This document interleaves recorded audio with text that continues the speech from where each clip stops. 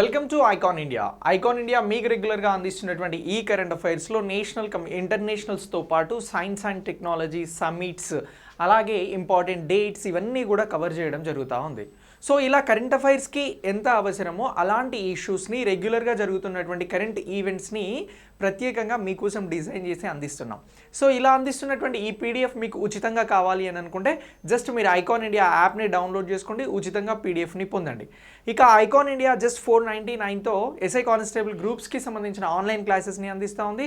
గ్రూప్స్కి ఎక్స్క్లూజివ్గా అశోక్ నగర్ కేంద్రంగా హైదరాబాద్లో ఆఫ్లైన్ బ్యాచెస్ని ప్రారంభించడం జరిగింది. సో వీటన్నింటి కోసం కూడా మీరు ఐకాన్ ఇండియా యాప్ని డౌన్లోడ్ చేసుకోండి ప్లేస్టోర్ నుంచి. ఇక ఈరోజు మనం కరెంట్ అఫైర్స్కి సంబంధించి వెరీ ఇంపార్టెంట్ అలాగే మనకి ఎగ్జామ్స్లో ప్రయారిటీ ఉన్నటువంటి టాపిక్స్ని గురించి డిస్కస్ చేద్దాం. ఫస్ట్ మనం ఏ టాపిక్ని డిస్కస్ చేద్దామని అంటే నేషనల్ ఇంటర్నేషనల్ పాయింట్ ఆఫ్ వ్యూలో మాల్దీవ్స్కి భారత్కి సంబంధించినటువంటి డిఫెన్స్ పరమైనటువంటి రక్షణ పరమైనటువంటి అంశం గురించి డిస్కస్ చేద్దాం. డిఫెన్స్ రిలేటెడ్గా ఉండేటువంటి అంశాలు ఏవైతే ఉంటాయో వీటికి ఎగ్జామ్లో ప్రయారిటీ అనేది ఉంటుంది.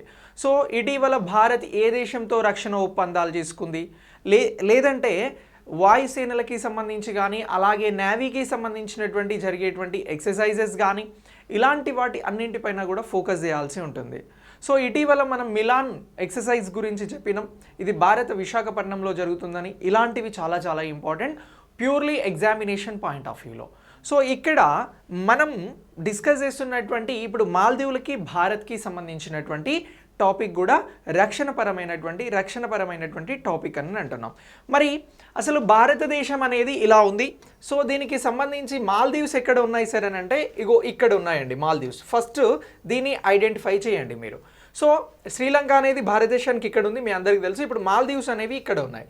ఈ మాల్దీవ్స్ అనేవి హిందూ మహాసముద్రంలో చాలా వ్యూహాత్మకమైనటువంటివి. ఎక్కడ అంటున్నాం? హిందూ మహాసముద్రంలో వ్యూహాత్మకంగా ఉన్నటువంటివే మాల్దీవ్స్ అని చెప్పేసి చెప్పడం జరుగుతూ ఉంది. సో మరి ఈ మాల్దీవ్స్కి సంబంధించి భారత్కి సంబంధించి ఇప్పుడు రక్షణపరమైనటువంటి అంశాలపైన డెవలప్మెంట్స్ ఉన్నాయి అని అంటున్నాం. భారతదేశం ఇక్కడుంది, మాల్దీవ్స్ ఇక్కడున్నాయి, హిందూ సముద్రంలో ఇవి వ్యూహాత్మకంగా ఉన్నాయి. ఏదైతే హిందూ ఓషన్ ఉందో దానిలో వ్యూహాత్మకంగా ఉన్నటువంటి దీవులే ఈ మాల్దీవ్స్. సో ఈ మాల్దీవులకి సంబంధించి ఇటీవల భారతదేశానికి సంబంధించినటువంటి డిఫెన్స్ సెక్రటరీ ఎవరు అని అంటున్నాం, రక్షణ కార్యదర్శి ఈ మాల్దీవ్స్ని విజిట్ చేయడం జరిగింది, మాల్దీవ్స్కి వెళ్ళడం జరిగింది. మరి ఎందుకోసం వెళ్ళారు? ఈ రక్షణ కార్యదర్శి పేరేంటి అని అంటే డాక్టర్ అజయ్ కుమార్ అని అంటున్నాం. ఎవరు? డిఫెన్స్కి సంబంధించినటువంటి సెక్రటరీ అని అంటున్నాం. సో ఇతని పేరు వచ్చి అజయ్ కుమార్ అని చెప్పేసి అంటా ఉన్నాం. సో ఈ అజయ్ కుమార్ గారు ఇప్పుడు ఎక్కడికి వెళ్ళారు అని అంటే మాల్దీవ్స్కి వెళ్ళారు. మాల్దీవ్స్కి ఎందుకు వెళ్ళారు అని అంటే ఈ రెండవ డిఫెన్స్ కోఆపరేషన్ డైలాగ్కి సంబంధించి ఏమంటున్నాం, రెండవ డిఫెన్స్ కోఆపరేషన్ డైలాగ్కి సంబంధించి మాల్దీవ్స్తో చర్చించేందుకు, భారత్కి మాల్దీవ్స్కి ఉన్నటువంటి అంశాలపైన మాట్లాడేందుకు అజయ్ కుమార్ గారు వెళ్ళడం జరిగింది. సో మరి ఇక్కడ రెండవ డిఫెన్స్ కోఆపరేషన్ డైలాగ్ అనేది మనకి ఇంపార్టెంట్. సో ఇటీవల భారత్ ఫిబ్రవరిలో ఏ దేశంతో రెండవ డిఫెన్స్ కోఆపరేషన్ డైలాగ్ని నిర్వహించింది అని అంటే మనం మాల్దీవ్స్ అని చెప్పేసి చెప్పాల్సి ఉంటుంది. మరి ఈ డిఫెన్స్ కోఆపరేషన్ డైలాగ్ అనేది భారతదేశ విధాన స్థాయి ఫ్రేమ్వర్క్లలో ఒకటిగా ఉంది. సో ఇప్పుడు ఏమంటున్నాం, ఈ డిఫెన్స్ కోఆపరేషన్ డైలాగ్ అనేటువంటిది ఏదైతే ఉందో ఇది భారతదేశానికి సంబంధించినటువంటి విధాన స్థాయి ఫ్రేమ్వర్క్లలో ఒకటిగా ఇంపార్టెంట్గా ముఖ్యమైనదిగా ఉన్నది అని చెప్పేసి చెప్తా ఉన్నాం. సో ఇలా ఈ రెండవ డిఫెన్స్ కోఆపరేషన్ డైలాగ్కి సంబంధించి ఈ మాల్దీవ్ నేషనల్ డిఫెన్స్ ఫోర్స్తో, ఎవరితో? మాల్దీవ్ డిఫెన్స్ ఫోర్స్తో, మాల్దీవ్స్కి సంబంధించినటువంటి నేషనల్ డిఫెన్స్ ఫోర్స్తో చర్చల కోసం ఈ అజయ్ కుమార్ గారు మాల్దీవులకు వెళ్ళడం జరిగింది భారతదేశం నుంచి. సో ఈ మాల్దీవులు అనేవి హిందూ మహాసముద్రంలో వ్యూహాత్మకంగా ఉన్నాయి అని చెప్పేసి చెప్తా ఉన్నాం. సో ఇలా దీనికి సంబంధించి ఈ ద్వైపాక్షిక రక్షణ సంబంధాల బలోపేతం అనేది ఇక్కడ లక్ష్యంగా ఉంది అని చెప్పేసి కూడా మనం చెప్పాల్సి ఉంటుంది. సరే, మాల్దీవులకి అంత ప్రాముఖ్యత ఇవ్వాల్సిన అవసరం ఉందా అని అంటే ఉంది. భారతదేశానికి హిందూ మహాసముద్రం అనేది దక్షిణాన ఉంది. ఈ దక్షిణాన ఉన్నటువంటి హిందూ మహాసముద్రంలో చైనా ప్రాబల్యం అనేది పెరుగుతూ ఉంది. ఇప్పటికే ఈ శ్రీలంక అనేటువంటి దేశానికి చైనా ఎక్కువ మొత్తంలో అప్పులను ఇచ్చింది. సో ఇక్కడ కొన్ని పోర్ట్స్ని కూడా శ్రీలంకకి సంబంధించినటువంటి కొన్ని పోర్ట్స్ ఏవైతే ఉన్నాయో ఈ పోర్ట్స్ని కూడా చైనా వాడుకుంటా ఉంది. సో అలానే ఈ మాల్దీవులకి సంబంధించి వ్యూహాత్మకంగా హిందూ మహాసముద్రంలో వ్యూహాత్మకంగా ఉన్నటువంటి దీనికి సంబంధించి డిఫెన్స్ పరమైనటువంటి అంశాలకి సంబంధించి భారత్కి మాల్దీవులు అనేవి అత్యంత కీలకం అని అంటున్నాం. సో ఇలా ఈ మొదటి డిఫెన్స్ కోఆపరేషన్ డైలాగ్ అనేది ఎప్పుడు జరిగింది అని అంటే అబ్దుల్లా యామిన్ అబ్దుల్లా గయూ అధ్యక్షతన 2016 జూలైలో జరిగింది. మనం ఇప్పుడు రెండవ సమావేశం అనేది ఈ జనవరి 2019లో జరిగింది అని అంటున్నాం. సో దీనికి సంబంధించినటువంటి డెవలప్మెంట్స్ కోసం ఇప్పుడు ఈ అజయ్ కుమార్ గారు మాల్దీవ్స్కి వెళ్ళడం జరిగింది అని అంటున్నాం. మొదటి డిఫెన్స్ కోఆపరేషన్ సమావేశం అనేది ఈ డైలాగ్ అనేది అబ్దుల్లా యామిన్ అబ్దుల్ గయామ్ అధ్యక్షతన 2016లో జరిగింది అని అంటున్నాం.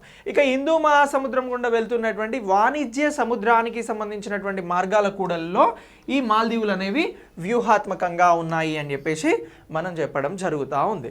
ఇక ముఖ్యంగా ఇది భారతదేశానికి సంబంధించి చాలా వ్యూహాత్మకమైనటువంటి ప్రాంతం హిందూ మహాసముద్రానికి సంబంధించి. సో ఇలా ఈ మాల్దీవ్స్కి సంబంధించి డిఫెన్స్ కోఆపరేషన్ డైలాగులు మనం గుర్తుంచుకోవాల్సి ఉంటుంది. ఇక మాల్దీవులకి భారత్కి సంబంధించి ఈ డిఫెన్స్ కోఆపరేషన్ డైలాగ్ అనేది ఇప్పుడు లేటెస్ట్ అప్డేట్ కదా. మరి ఈ రక్షణ సంబంధాలు ఎలా ఉన్నాయి ఇరు దేశాలకి సంబంధించి అని అంటే 1988 నుంచి ఇరు దేశాల మధ్యన రక్షణ అలాగే భద్రత, సో వీటికి సంబంధించి సహకారం అనేది కొనసాగుతూ ఉంది. ఎప్పటి నుంచి రక్షణపరమైనటువంటి ఒప్పందాలు మాల్దీవ్స్కి భారత్కి ఉన్నాయి అని అంటే 1988 నుంచి స్టార్ట్ అయినాయి. ఇవి రక్షణకి సంబంధించి భద్రతకి సంబంధించి. సో ఈ సహకారం అనేది మాల్దీవులకి అలాగే భారత్కి మధ్యన ఉంది అని అంటున్నాం. ఇక మాల్దీవులకి సంబంధించినటువంటి రక్షణ శిక్షణ ఏదైతే డిఫెన్స్కి సంబంధించినటువంటి ట్రైనింగ్స్ ఉన్నాయో వాటితో పాటు డిఫెన్స్కి సంబంధించినటువంటి పరికరాల సహాయం అనేది కూడా భారత్ చేస్తూ ఉంది అని అంటున్నాం. ఎప్పటి నుంచి 1988 నుంచి. సో అలాగే మాల్దీవ్స్కి సంబంధించి మాల్దీవియన్ నేషనల్ డిఫెన్స్ ఫోర్స్ అనేది ఉంది. సో భారతదేశం అత్యధిక సంఖ్యలో శిక్షణ అవకాశాలని కూడా అందించడం జరుగుతూ ఉంది. ఎవరికి? మాల్దీవ్స్కి సంబంధించి నేషనల్ డిఫెన్స్ ఫోర్స్ అనేది ఉంది. సో దీనికి సంబంధించి ఎక్కువ ట్రైనింగ్స్ అనేది కూడా భారతదేశం నుంచి అందించడం జరుగుతూ ఉంది అని అంటున్నాం. సో ఇలా ఈ రక్షణ శిక్షణ అవసరాల కోసం దాదాపు 70% మనం అందించడం జరుగుతూ ఉంది. ఇక 2016లో రక్షణ భాగస్వామ్యాన్ని పటిష్టం చేసేందుకు రెండు దేశాలు సమగ్ర కార్యాచరణ పైన సంతకం చేశాయి. అందులో భాగంగా ఇప్పుడు మాల్దీవులకి అలాగే భారత్కి సంబంధించి ఈ డిఫెన్స్ కోఆపరేషన్ డైలాగ్ అనేది ఇంపార్టెంట్గా మారింది 2016 నుంచి. కానీ మనం ఏమంటున్నాం 1988 నుంచే ఇరు దేశాల మధ్యన రక్షణ భద్రతకి సంబంధించి ఒక కోఆపరేషన్ అనేది నడుస్తూ ఉంది. కానీ పర్టికులర్గా ఇక్కడ ఏదైతే రక్షణకి సంబంధించి ఇప్పుడు ఇస్తున్నటువంటి ఏమంటున్నాం ఈ డిఫెన్స్ కోఆపరేషన్ డైలాగ్ అనేది వెరీ వెరీ ఇంపార్టెంట్ అని అంటున్నాం. ఇది 2016 నుంచి స్టార్ట్ అయింది. సార్ మరి ఈ మాల్దీవులు స్వతంత్ర దేశమా, ఇది ఏ దేశం కిందనైనా పాలించబడిందా అని అంటే బ్రిటిష్ వారు మాల్దీవ్స్ని కూడా పరిపాలించడం జరిగింది. ఈ మాల్దీవ్స్ని బ్రిటిష్ వాళ్ళు పరిపాలించడం జరిగింది. ఎప్పుడు వీరికి స్వాతంత్రం వచ్చిందంటే 1966లో రావడం జరిగింది. ఎప్పుడు వచ్చింది అని అంటున్నాం మాల్దీవ్స్కి స్వతంత్రం 1966లో రావడం జరిగింది. ఇక భారత్తో ఈ డిఫెన్స్ పరమైనటువంటి ఒప్పందాలు ఏవైతే ఉన్నాయో ఇవి 1988 నుంచి స్టార్ట్ అయ్యాయి. ఇక ఎస్పెషల్లీ డిఫెన్స్ కోఆపరేషన్ డైలాగ్ అనేది 2016 నుంచి స్టార్ట్ అయింది. ఇవన్నీ కూడా ఈ టాపిక్లో కీలక అంశాలుగా మీరు గుర్తుంచుకోండి. సో డిఫెన్స్ రిలేటెడ్గా మనల్ని ఎగ్జామ్లో అడిగినప్పుడు ఇవన్నీ కూడా ప్రాధాన్యత ఉంటుంది మనకి. Okay right. ఇక దీని తర్వాత next new India literacy programme గురించి తెలుసుకుందాం. సో నూతన భారతదేశ అక్షరాస్యత ప్రోగ్రామ్ అని అంటున్నాం. దీన్నే న్యూ ఇండియా లిటరసీ ప్రోగ్రామ్ అని చెప్పేసి కూడా అంటా ఉన్నాం. సో మరి ఈ న్యూ ఇండియా లిటరసీ ప్రోగ్రామ్కి సంబంధించి ఇప్పుడు ఈ స్కీమ్ని అనౌన్స్ చేయడం జరిగింది. ఎప్పటి నుంచి ఎప్పటి వరకు అనంటే 2022 నుంచి 2027 కాలానికి. ఇటీవల న్యూ ఇండియా లిటరసీ ప్రోగ్రామ్ అనేది ఎప్పటి నుంచి ఎప్పటి వరకు అమలు చేయబోతున్నారు అన్నప్పుడు మనం ఆర్థిక సంవత్సరం 2022 నుంచి 2027 అని చెప్పేసి చెప్పాల్సి ఉంటుంది. 5 సంవత్సరాల కాల పరిమితి కోసం దీన్ని హ్యాండిల్ చేయబోతా ఉన్నారు. సో మరి దీని ముఖ్య ఉద్దేశం ఏంటి? న్యూ ఇండియా లిటరసీ ప్రోగ్రామ్ అని అంటే వయోజన విద్యతో పాటు అన్ని అంశాలను కవర్ చేయడానికి ఈ న్యూ ఇండియా లిటరసీ ప్రోగ్రామ్ నవభారత సాక్షరత కార్యక్రమాన్ని ప్రారంభించడం జరిగింది ప్రభుత్వం. ఏమంటున్నాం? నవభారత సాక్షరత కార్యక్రమం అని అంటున్నాం. దీనినే న్యూ ఇండియా లిటరసీ ప్రోగ్రామ్. ఇటీవల ఇది ప్రారంభించిరారేదా అంటే కేంద్ర ప్రభుత్వం దీన్ని ప్రారంభించడం జరిగింది అని మనం గుర్తుంచుకోవాలి. ఏ ఫైనాన్షియల్ ఇయర్ నుంచి ఏ ఫైనాన్షియల్ ఇయర్ వరకు అని అంటే 2022 నుంచి 2027 వరకు 5 సంవత్సరాల కాల పరిమితికి అని అన్నది. ఇది దేనికి ప్రాధాన్యత ఇస్తుంది అని అంటే వయోజన విద్యకి ఇది ప్రాధాన్యత ఇంపార్టెన్స్ ఇవ్వడం జరుగుతుంది అని చెప్పేసి మనం గుర్తుంచుకోవాల్సి ఉంటుంది.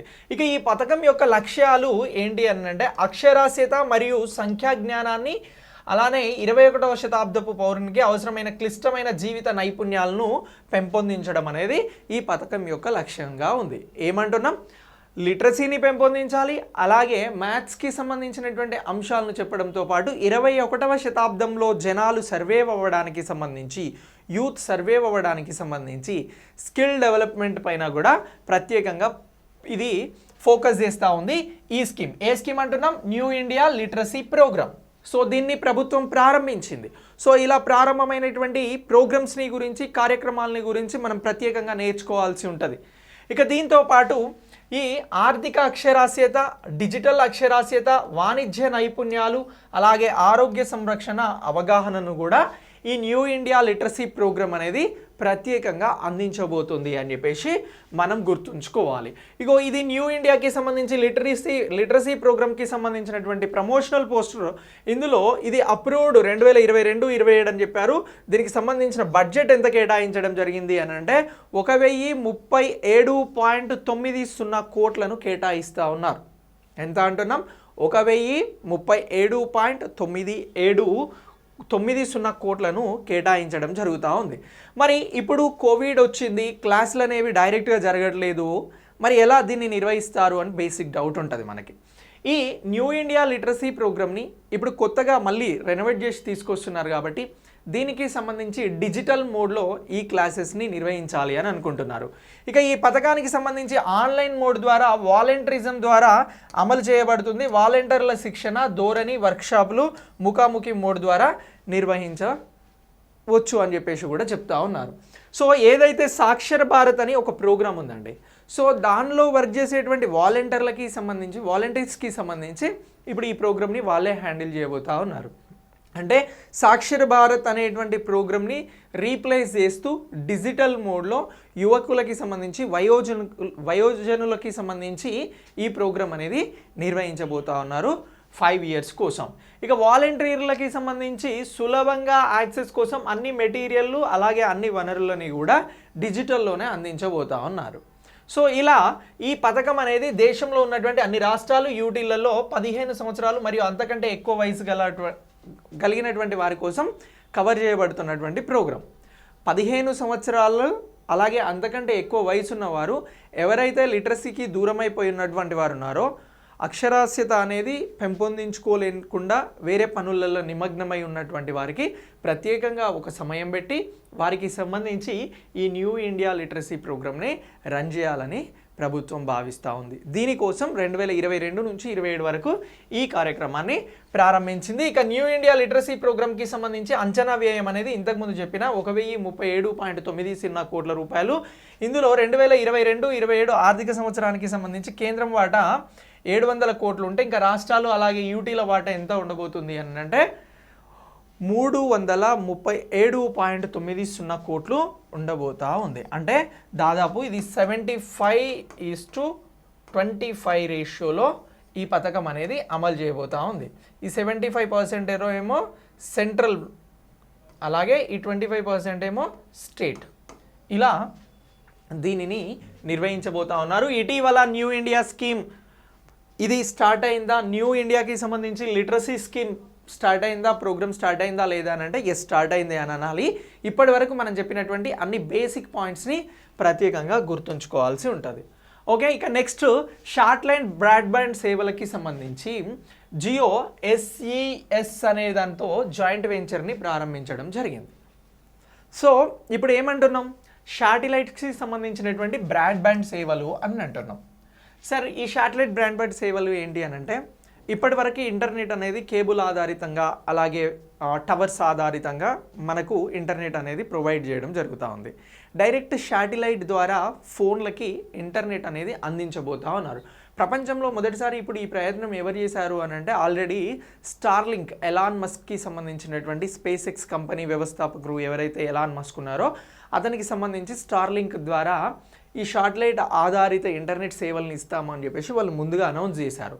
స్టార్లింక్స్ని ఈ కొద్ది రోజుల క్రితం ఈ ఫిబ్రవరి 1st వీక్లో ఆర్బిట్లోకి కూడా పంపించడం జరిగింది. కానీ జియోకి సంబంధించిన మ్యాగ్నెటిక్ తుఫాన్ వచ్చి స్టార్లింక్కి సంబంధించినటువంటి సుమారు 44-45 శాటిలైట్స్ డ్యామేజ్ కావడం జరిగింది, కూలిపోవడం జరిగింది. ఇప్పుడు ఏదైతే స్టార్లింక్ ఇస్తానని చెప్పినటువంటి శాటిలైట్ ఆధారిత ఇంటర్నెట్ ఉందో అలాంటి శాటిలైట్ ఇంటర్నెట్ని అందించడం కోసం ఇప్పుడు ఎవరెవరు టైఅప్ అయ్యారు అని అంటే, భారతదేశంలో ఉన్నటువంటి టెలికాం కంపెనీ జియో అలాగే ఈ SES జాయింట్ వెంచర్ వాళ్ళు SESకి సంబంధించినటువంటి వారు టైఅప్ కావడం జరిగింది. ఈ SES అనేది ఏంటి అని అంటే శాటిలైట్ ఆధారితంగా ఇంటర్నెట్ ప్రొవైడ్ చేసేటువంటి ఒక సంస్థ. సో ఇది శాటిలైట్ ఆధారిత సంస్థ ఈ SES. ఇక జియో మీ అందరికీ తెలుసు, ఇది రిలయన్స్ వాళ్ళది. సో ఇలా ఈ ముఖేష్ అంబానీకి సంబంధించినటువంటి కంపెనీ SES ఎంత అని అంటే 51 అలాగే 49 రేషియోతో పెట్టుబడులను పెడుతూ ఈ జాయింట్ వెంచర్ను స్టార్ట్ చేయడం జరిగింది. ఇటీవల జియో ఎవరితో శాటిలైట్ ఆధారిత బ్రాడ్బ్యాండ్ సేవల కోసం జాయింట్ వెంచర్ని ప్రారంభించింది అని అంటే SES అని చెప్పేసి చెప్తే సరిపోతుంది. ఈ SES అనేది ఏంటిది అని అంటే శాటిలైట్ ఆధారిత సేవలను అందించేటువంటి సంస్థ. ఓకేనా, ఇక ఈ డిజిటల్ సేవల సంస్థకి సంబంధించి జియో ప్లాట్ఫామ్లు భారతదేశం అంతటా శాటిలైట్ బ్రాడ్బ్యాండ్ సేవలను అందించడానికి లక్సెంబర్గ్ ఆధారితంగా satellite linked content connectivity solutions provider SESతో జాయింట్ వెంచర్ని ప్రారంభించడం జరిగింది. ఇప్పటివరకు నేను చెప్పినటువంటి ఎక్స్ప్లెనేషన్ ఇది.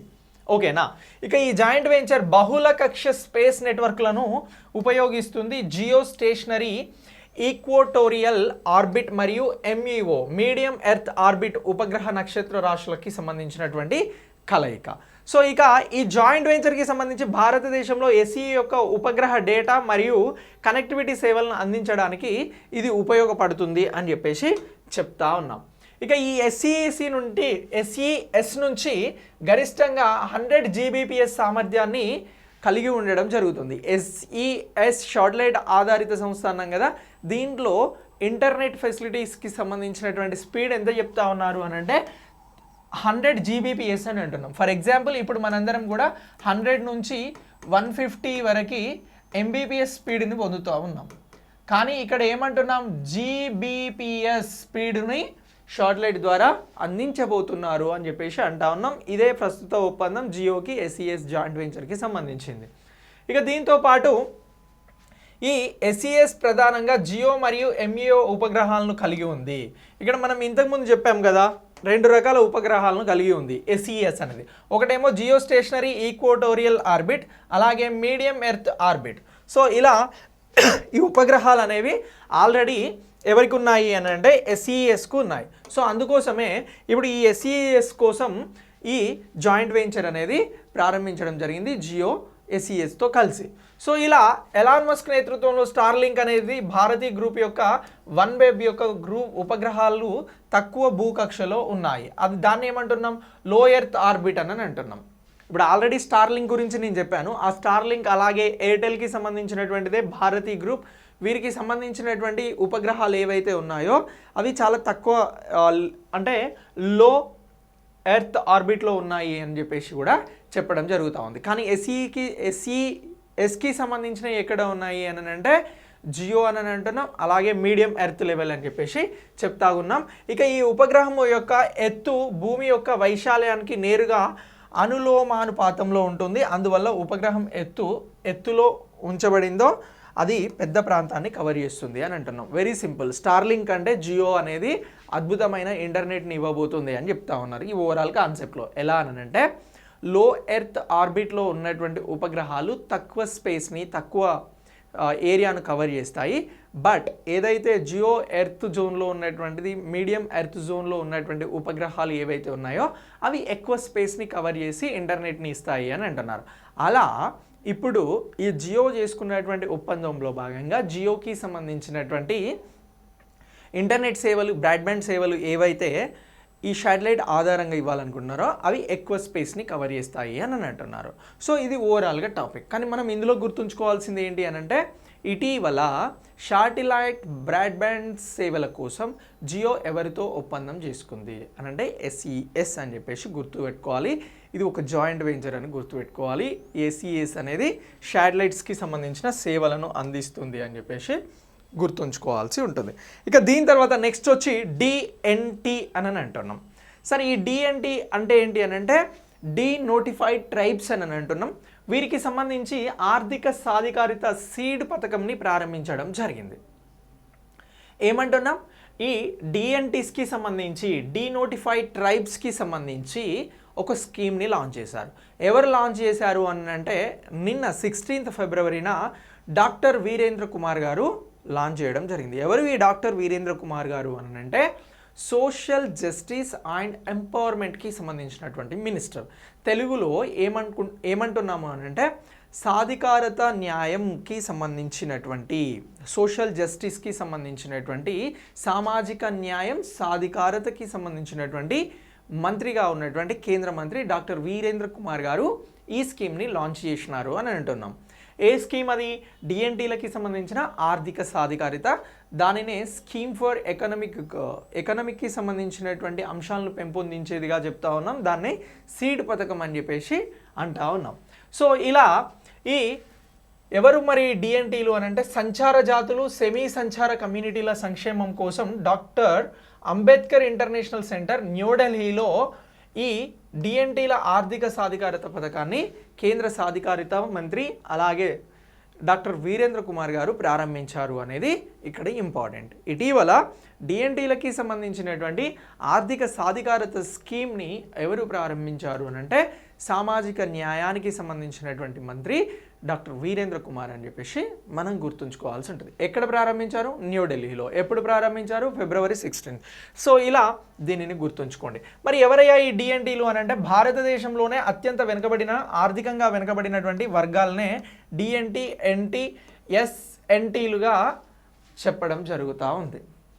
భారతదేశంలోనే అత్యంత ఎక్కువగా వెనుకబడినటువంటి వర్గాలు ఎవరైతే ఉన్నారో ఇందులో ట్రైబ్ అంటే నోమెడిక్ సంచార జాతులు ఎవరైతే ఉన్నారో వారినే ఈ DNTలుగా గుర్తించడం జరుగుతూ ఉంది.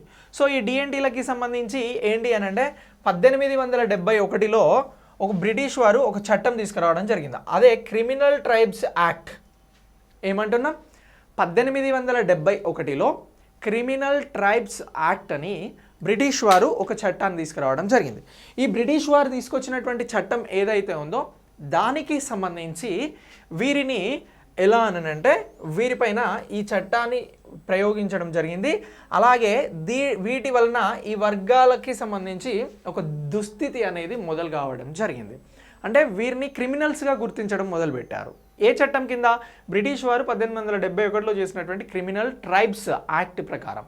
సో దీనివల్ల పూర్తిగా వెనుకబడిపోయి ఒక దయనీయ పరిస్థితికి వెళ్ళినటువంటి ఈ సంచార జాతులు అలాగే దానికి సంబంధించినటువంటి ఇతర సెమీ సంచార జాతులు ఎవరున్నారో వారు ఈ వర్గాలు ఒక దుస్థితికి చేరుకున్నాయి. ఇక వీరు అణిచివేయబడ్డారు, అలాగే హింసించబడ్డారు, నిర్లక్ష్యం చేయబడ్డారు అని చెప్పేసి కూడా చెప్తా ఉన్నాం. సార్ మరి ఈ 1871లో తీసుకొచ్చినటువంటి చట్టం ఇప్పటికీ ఉందా అని అంటే లేదండి. దీన్ని 1949లో భారత ప్రభుత్వం రద్దు చేసింది. రద్దు చేసినప్పటికీ కూడా అప్పటికే ఈ వర్గాలుగా కొనసాగుతున్నటువంటి వీరిపైన ఫోకస్ అనేది తక్కువగా ఉండడం వల్ల ఇతర జాతుల కంటే వీరు అత్యంత ఎక్కువగా అణచివేయబడడం జరిగింది.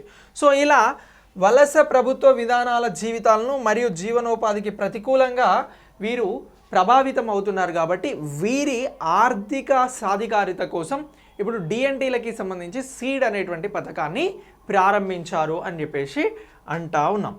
సో అలాగే ఈ మొదటి డిఎన్టీ ప్రభుత్వం మొదటి ఎన్డీఏ ప్రభుత్వం ఏదైతే ఉందో, సో అంటే వాజ్పేయి గారి టైంలో ఉన్నటువంటి టైంలో ఈ 2003 అక్టోబర్లో డిఎన్టీలకి సంబంధించి మొదటగా ఒక కమిషన్ని ఏర్పాటు చేశారు. ఆ తర్వాత 2008లో కూడా డిఎన్టీలకి సంబంధించి మరొక కమిషన్ని ఏర్పాటు చేయడం జరిగింది. సో ఇలా డిఎన్టీల దుస్థితి అనేది ఉంటుంది అని అంటున్నాం. ఇక 2015లో శ్రీ బికు అధ్యక్షతన జాతీయ కమిషన్ను ఏర్పాటు చేయడం జరిగింది డిఎన్టీలకి సంబంధించి. సో ఇప్పుడు అడగొచ్చు, ఇటీవల డిఎన్టీ స్కీమ్ ఎప్పుడు స్టార్ట్ అయింది, డిఎన్టీలకి సంబంధించినటువంటి జాతీయ కమిషన్ ఎప్పుడు ప్రారంభమైంది అన్నప్పుడు, జాతీయ కమిషన్ గురించి చెప్తే మనం 2015 గురించి గుర్తుంచుకోవాలి. అది శ్రీ బికు అధ్యక్షతన జరిగినటువంటి జాతీయ కమిషన్ అని గుర్తుంచుకుంటే సరిపోతుంది. ఇక దీంతో పాటు ఈ డిఎన్టీలకి సంబంధించి స్కీమ్ ఇటీవల సీడ్ పథకం ఎప్పుడు స్టార్ట్ అయింది డిఎన్టీలకి సంబంధించి, డీనోటిఫైడ్ ట్రైబ్స్కి సంబంధించి అని అంటే ఫిబ్రవరి 16, 2022 అని చెప్పేసి గుర్తుంచుకుంటే సరిపోతుంది. ఎవరు స్టార్ట్ చేశారు దీన్ని? సోషల్ జస్టిస్ అండ్ ఎంపవర్మెంట్కి సంబంధించినటువంటి మినిస్టర్ అని అంటున్నాం. సో అలాగే అభివృద్ధి సంక్షేమ బోర్డులను ఏర్పాటు కూడా చేయబోతూ ఉన్నారు. ఇక 2019లో డిఎన్టీలు, ఎస్ఎన్టీలు అండ్ ఎన్టీలకి సంబంధించి ఈ అభివృద్ధి బోర్డులు అనేవి ఏర్పాటు చేస్తూ ఉన్నారు. ఇక జీవనోపాధిని ప్రభావితం చేసే 4 అంశాలలో భాగంగా డిఎన్టీలకి సంబంధించి, అలాగే ఎస్ఎన్టీలకి సంబంధించి, ఎన్టీలకి సంబంధించి ఈ సీడ్ ఏదైతే ఆర్థిక సాధికారిత స్కీమ్ ఫర్ ఎకనామిక్ ఎంపవర్మెంట్ అని అంటున్నాం. సీడ్ అంటే ఏంటి? ఇక్కడ మీకు డౌట్ రావచ్చు. సీడ్ అని చెప్పేసి ఇంగ్లీష్లో ఇక్కడ రాస్తున్నాను, స్కీమ్ ఫర్ ఎకనామిక్ ఎంపవర్మెంట్. ఓకేనా? Economic empowerment. సో ఇలా దీన్ని మనం గుర్తుపెట్టుకోవాల్సి ఉంటుంది. సో ఇదే సీడ్ పథకం. ఇది ఎవరికి సంబంధించింది అని అంటే డిఎన్టీలకి సంబంధించి. డిఎన్టీ అంటే ఏమంటున్నాం? డీనోటిఫైడ్ ట్రైబ్స్ అని అంటున్నాం. వీరు బ్రిటిష్ వారి కాలంలో ప్రత్యేకంగా గుర్తించబడి చాలా నేరారోపణలకు గురైనారు. దీనివల్ల వీళ్ళ పరిస్థితి దీనంగా తయారైంది అని చెప్పేసి చెప్తా ఉన్నాం. ఇక వీరికి సంబంధించి 4 అంశాలను ఇందులో ప్రత్యేకంగా తీసుకుంటున్నారు అని అంటున్నాం కదా. ఈ పథకానికి సంబంధించి విద్యా సాధికారత అనేది ఇప్పుడు ముఖ్యంగా ఈ స్కీమ్లో భాగంగా తీసుకుంటున్నారు. ఈ డిఎన్టీస్కి సంబంధించి, ఎన్ఎన్టీస్కి సంబంధించి, ఎన్టీలకి సంబంధించి ఎవరైతే విద్యార్థులు ఉన్నారో చదువుకునే విద్యార్థులకి ఉచితంగా శిక్షణ అనేది అందించబోతున్నారు. దేనికి సంబంధించి? మెడిసిన్కి సంబంధించి, ఐఏఎస్, ఐపీఎస్, సివిల్స్కి సంబంధించి, ఇతర పోటీ పరీక్షలకి సంబంధించినటువంటి వాటికి సంబంధించి. ఇక దీంతో పాటు నేషనల్ హెల్త్ అథారిటీ యొక్క ప్రధాన్ మంత్రి జన్ ఆరోగ్య యోజన ఏదైతే ఉందో ఈ పథకాన్ని కూడా వీరికి వర్తింపజేయబోతున్నారు. ఇక ఆదాయ ఉత్పత్తికి మద్దతుగా జీవనోపాధి మరియు హౌసింగ్స్ని నిర్మించి ఇవ్వాలి అని అనుకుంటున్నారు.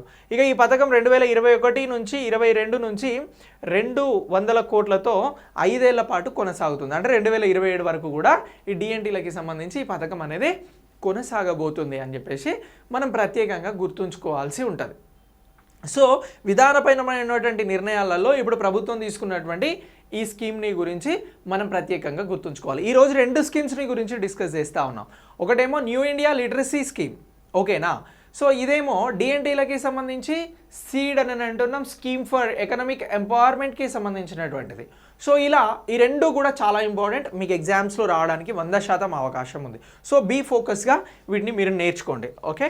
ఇక నెక్స్ట్, భారతదేశం మరియు జర్మనీల మధ్య వర్క్ ప్లాన్ 2022 అని అంటున్నాం. సో ఇది ఇరు దేశాలకి సంబంధించినటువంటి ద్వైపాక్షిక వర్క్ ప్లాన్. సో దీనికి సంబంధించి ద్వైపాక్షిక ఒప్పందాలలో భాగంగా, అలాగే ఇంటర్నేషనల్ పాయింట్ ఆఫ్ వ్యూలో వెరీ ఇంపార్టెంట్ ఇది. ఇక భారత వినియోగదారుల వ్యవహారాలు, ఆహారం మరియు ప్రజా పంపిణీ మంత్రిత్వ శాఖ, అలాగే ఆర్థిక వ్యవహారాలు మరియు ఇంధనంకి సంబంధించినటువంటి జర్మనీ సమైక్య మంత్రిత్వ శాఖ నేతృత్వంలో ఈ మౌలిక సదుపాయాలపైన ఇండో జర్మనీ వర్కింగ్ గ్రూప్ 8వ వార్షిక సమావేశం జరిగింది.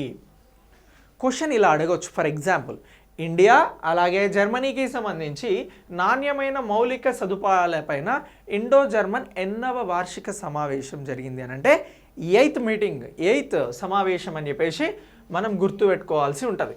ఇక నాణ్యమైన మౌలిక సదుపాయాలను బలోపేతం చేయడానికి, వాణిజ్య సాంకేతికతను దానికి సంబంధించిన అడ్డంకులను తగ్గించడం, ఉత్పత్తి భద్రతను మెరుగుపరచడానికి, వినియోగ వస్తువులకి సంబంధించి వినియోగదారుల రక్షణను బలోపేతం చేయడానికి భారత్ మరియు జర్మనీలు ఈ వర్క్ ప్లాన్ పైన ప్లాన్ పైన 2022 సంతకం చేస్తూ ఉంది. ఏ అంశాలపైన? నాణ్యమైన మౌలిక సదుపాయాలపైన, అలాగే వాణిజ్య సాంకేతికత పైన, వినియోగదారుల రక్షణ పైన, వీటన్నింటిపైన, ఉత్పత్తి భద్రత పైన, ప్రొడక్షన్ సెక్యూరిటీ పైన, వీటన్నింటిపైన కూడా ఈ ప్లాన్ పైన భారత్, జర్మనీ సంతకాలు చేశాయి.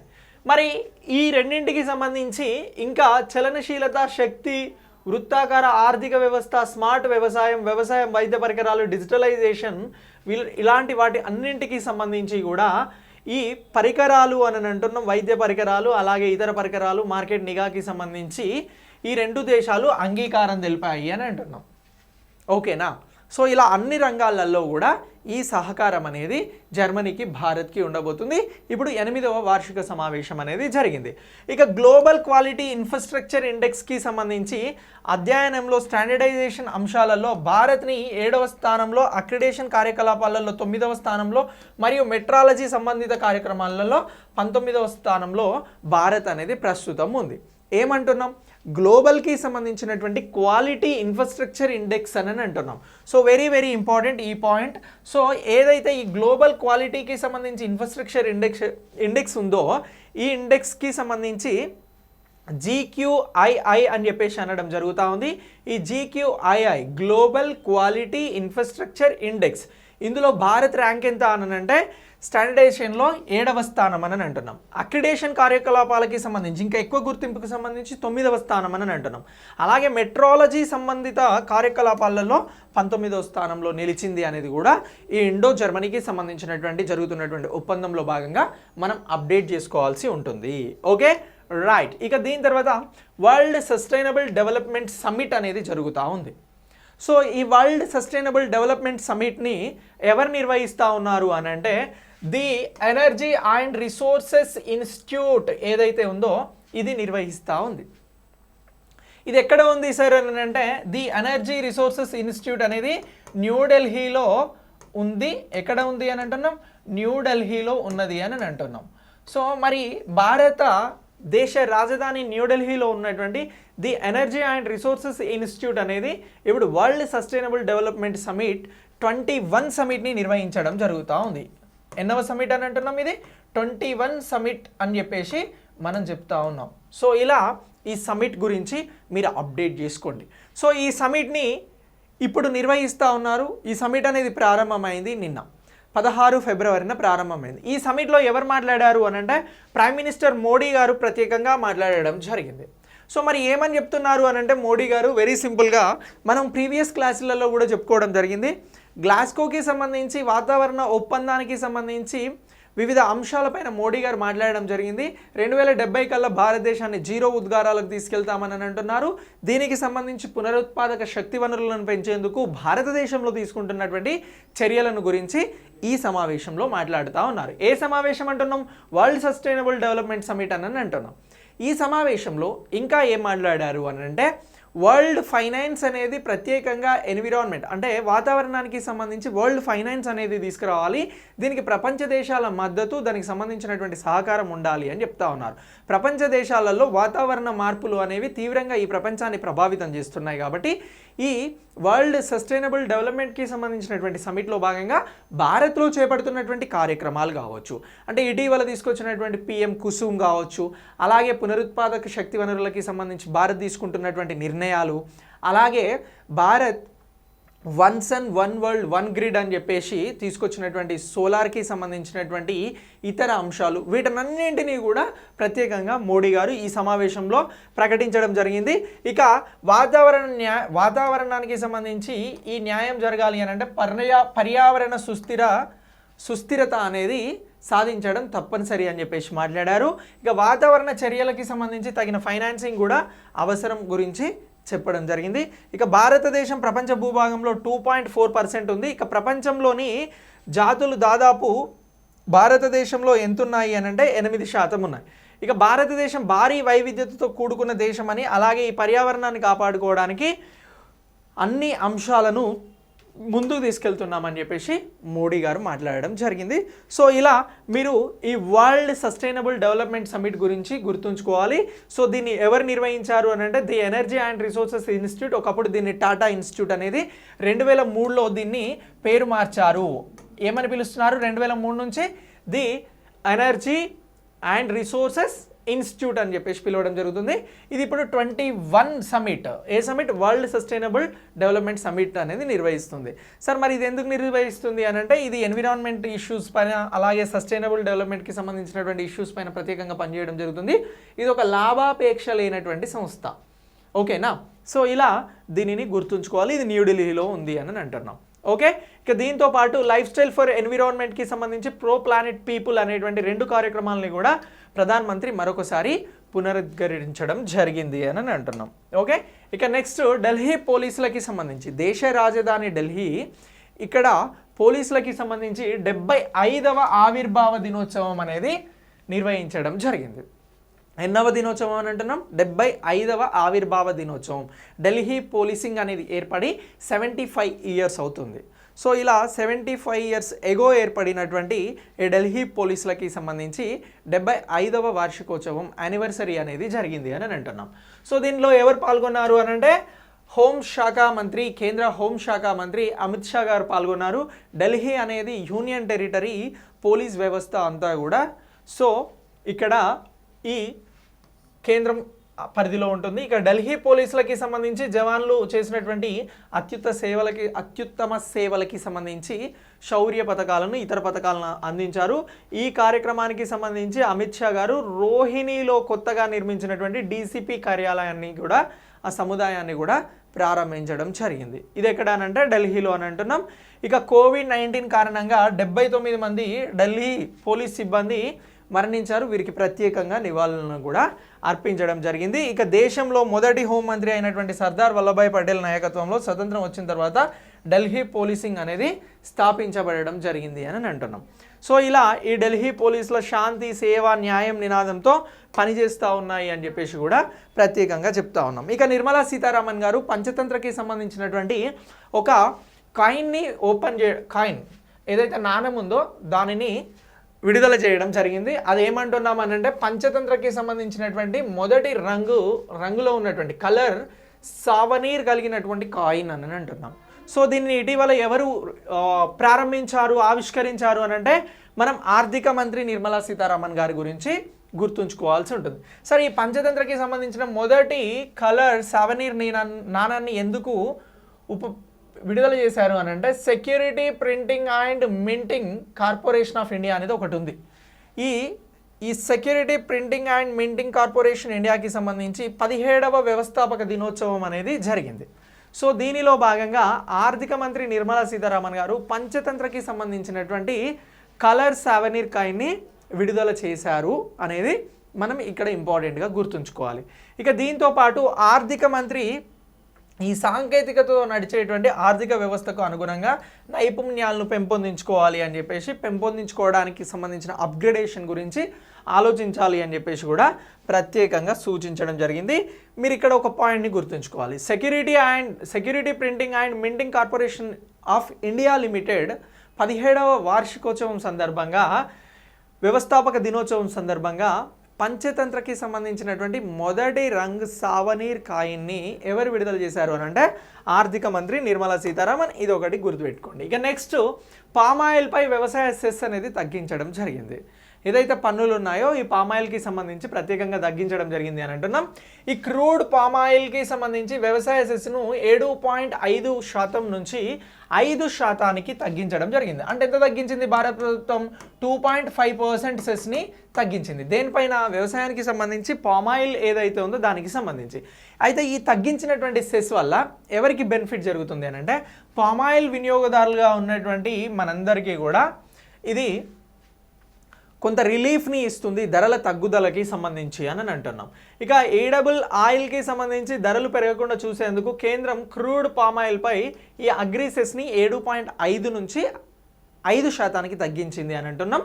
సో ఎందుకు అని అంటే ధరలు పెరగకుండా ఉండేందుకు కేంద్ర ప్రభుత్వం ఈ నిర్ణయం తీసుకుంది.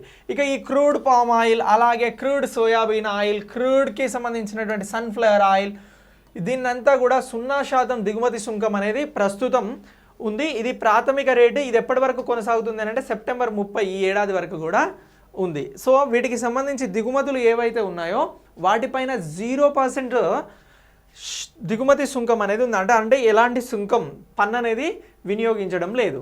ఇక ఈ వినియోగదారులకి సంబంధించి ఉపశమనం కలిగించడంతో పాటు జాతీయంగా వీటి ధర పెరగకుండా నిరోధించడానికే ఈ సెస్ని 7.5 నుంచి 5% తగ్గించారు అని అంటున్నాం. ఇక రిఫైన్డ్ ఫామ్ ఆయిల్స్ అనేవి 12.5% ఉన్నాయి. అలాగే రిఫైన్డ్ సోయాబీన్ ఆయిల్పై 17.5%, రిఫైన్డ్ సన్ఫ్లవర్ ఆయిల్పై 17.5% దిగుమతి సుంకం అనేది కూడా 30/2022 వరకు కొనసాగుతుంది అని చెప్పేసి అంటా ఉన్నాం. ఇక 1955 నాటి ఎసెన్షియల్ కమోడిటీస్ యాక్ట్ ఏదైతే ఉందో ప్రభుత్వం దీనిని కూడా ఏడాది జూన్ 30 వరకు పెంచుతూ ఉంది. నూనె గింజల స్టాక్ పరిమితులను స్థాయిల్ని కూడా ప్రభుత్వం సెట్ చేసుకుంటా ఉంది. అంటే ఫ్యూచర్లో ఆయిల్కి సంబంధించినటువంటి ధరలు పెరగకుండా ఉండేందుకు కూడా ఈ నిల్వలు ఏ విధంగా ఉన్నాయి ఆయిల్కి సంబంధించి అని చెప్పేసి పరిశీలిస్తూ ఉంది అని అంటున్నాం. ఇక top 5 global exports countries palm oil అని చెప్పేసి ఇక్కడ ఇంకొక డయాగ్రామ్ మీకు అందించడం జరుగుతుంది జస్ట్ ఫర్ అవేర్నెస్. సో ఏ దేశం ఎక్కువగా పామ్ ఆయిల్ని ఉత్పత్తి చేస్తూ ఉంది అని అంటే ఇండోనేషియా అని చేస్తూ ఉంది. దీని తర్వాత మలేషియా ఉంది. ఇండోనేషియా ఎంత పర్సెంట్ ఉంది ప్రపంచంలో? 51.7% పామ్ ఆయిల్ అనేది మనకి ఇండోనేషియా నుంచి వస్తుంది. ఇక మలేషియా నుంచి 32.6% వస్తుంది. ఆ తర్వాత నెదర్లాండ్ అనేది థర్డ్ స్టేజ్లో ఉంది 3.9%. దీని తర్వాత ఏ స్టేట్ ఉంది అని అంటే సో ఈ గౌటెమలా 1.4% ఉంది. ఇంకా జర్మనీ అనేది 1.3% ఉంది. సో ఇలా ఈ పామాయిల్ ఎక్స్పోర్ట్స్కి సంబంధించినటువంటి అంశాలను గుర్తుంచుకోండి. ఇక పెరిగిన రిటైల్ ద్రవ్యోల్బణం అని అంటున్నాం. సో ద్రవ్యోల్బణం ఇన్ఫ్లేషన్ ధరల పెరుగుదలనే మనం ద్రవ్యోల్బణం అని అంటున్నాం సింపుల్గా. ఓకేనా? మరి ఇప్పుడు ఇది పెరిగింది అని అంటున్నాం. ఈ జనవరిలో, ఇప్పుడు ఫిబ్రవరిలో ఉన్నాం కదా, జనవరిలో 6.1%కి ద్రవ్యోల్బణం అనేది పెరిగింది. కన్జ్యూమర్ ప్రైస్ ఇండెక్స్ అని ఉంటుందండి. ఈ కన్జ్యూమర్ ప్రైస్ ఇండెక్స్లో ఎంత అనంటే 6% అనేది పెరిగితే ఇది ద్రవ్యోల్బణం అనుకున్న దానికంటే ఎక్కువ పెరిగినట్లుగా ఇప్పుడు సూచిస్తున్నారు. ఇక 2% కంటే తక్కువగా ఉంటే అది అతి తక్కువ ద్రవ్యోల్బణంగా చెప్పడం జరుగుతూ ఉంది. అయితే ఆర్బీఐ గరిష్ట పరిమితి కంటే కూడా ఇప్పుడు ఈ ద్రవ్యోల్బణం ఇన్ఫ్లేషన్ అనేది పెరిగింది. సో ఇలా దేనికి సంబంధించి? రిటైల్కి సంబంధించి, అంటే మనం మనకి సంబంధించి నిత్యావసర వస్తువులు ఏవైతే ఉన్నాయో ఈ ధరల పెరుగుదలకి సంబంధించి 6% అనేది ఫిక్స్డ్గా పెట్టడం జరిగింది. ఇప్పుడు ఈ 6%ని దాటి రిటైల్ ద్రవ్యోల్బణం, రిటైల్ ఇన్ఫ్లేషన్ అనేది 6.1కి చేరుకుంది జనవరిలో అని చెప్పేసి చెప్తా ఉన్నాం. ఇక భారత రిటైల్ ద్రవ్యోల్బణం జనవరి నెలలో వినియోగదారుల ధరల సూచి కన్స్యూమర్ ప్రైస్ ఇండెక్స్ అనేది 6.1%గా పెరిగింది అని అంటున్నాం. రిజర్వ్ బ్యాంక్ ఆఫ్ ఇండియాకి సంబంధించి టోలరెన్స్ బ్యాంక్ని 6% అతి స్వల్పంగా ఉల్లంఘించింది అని చెప్పేసి కూడా చెప్తా ఉన్నాం. 6 పాయింట్స్ దాటింది కాబట్టి. సో ఇలా ఈ వినియోగ వస్తువులకి సంబంధించి, ఇతర వస్తువులకి సంబంధించి పెరిగినటువంటి ధరలను గురించి ఒకసారి మనం అప్డేట్ చేసుకోవాల్సి ఉంటుంది. ఓకేనా? సో ఇక్కడ 6.1కి సంబంధించి ఏదైతే ఉందో దీన్ని సూచించడం జరుగుతూ ఉంది మనం. ఓకే, ఇది కన్జ్యూమర్ ప్రైస్ ఇండెక్స్కి సంబంధించినటువంటి ఇది అనేది జనవరిలో పెరిగింది అని చెప్పేసి చెప్తా ఉన్నాం. ఇంకా జనవరి 2020లో ఇది సుమారుగా 7.959 ఉంది. అలాగే మళ్ళీ తగ్గింది, మళ్ళీ ఇప్పుడు పెరిగింది అని చెప్పేసి ఇక్కడ మనం అప్డేట్ చేసుకోవాల్సి ఉంటుంది. సో ఇలా డిసెంబర్ నెలలో ఎంత ఉండింది ఇది అని అంటే ధరల పెరుగుదల 5.66 ఉంది. ఇక సెంట్రల్ బ్యాంక్ యొక్క ద్రవ్య విధానానికి సంబంధించి మార్చి 31, 2026 వరకు కూడా వార్షిక ద్రవ్యోల్బణం అనేది 4% వద్ద కొనసాగించడానికి ఆర్బీఐ అనేది చెప్తా ఉంది. ఏం చెప్తా ఉంది?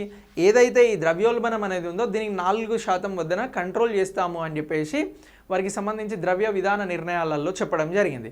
కానీ ఆర్బీఐ చెప్పిన దానికంటే ఇంకో 2.1% ఇప్పుడు పెరిగింది. మ్యాక్సిమం 6కి వెళ్ళొచ్చు అనుకున్నారు, బట్ 6.1కి వెళ్ళింది. ఇప్పుడు ఇది వెరీ వెరీ ఇంపార్టెంట్. జనవరిలో ఏదైతే వినియోగదారులకి సంబంధించి కన్స్యూమర్ ప్రైస్ ఇండెక్స్లో ద్రవ్యోల్బణం ఎంత రికార్డ్ అయింది అని చెప్పేసి ఇండియన్ ఎకానమీ కానీ కరెంట్ ఎకానమీకి సంబంధించి అడిగితే 6.1% అని చెప్పేసి మనం గుర్తుంచుకోవాల్సి ఉంటుంది. సో ఇలా ఇది చాలా చాలా ఇంపార్టెంట్ అని అంటున్నాం. ఇక ఇలా మీరు ఈ కరెంట్ ఎకానమీతో పాటు మనం డిస్కస్ చేసినటువంటి జాతీయ, అంతర్జాతీయ, రీజనల్, అలాగే స్కీమ్స్ వీటన్నింటినీ గురించి కూడా ప్రత్యేకంగా అప్డేట్ చేసుకోండి. Okay, thanks for watching.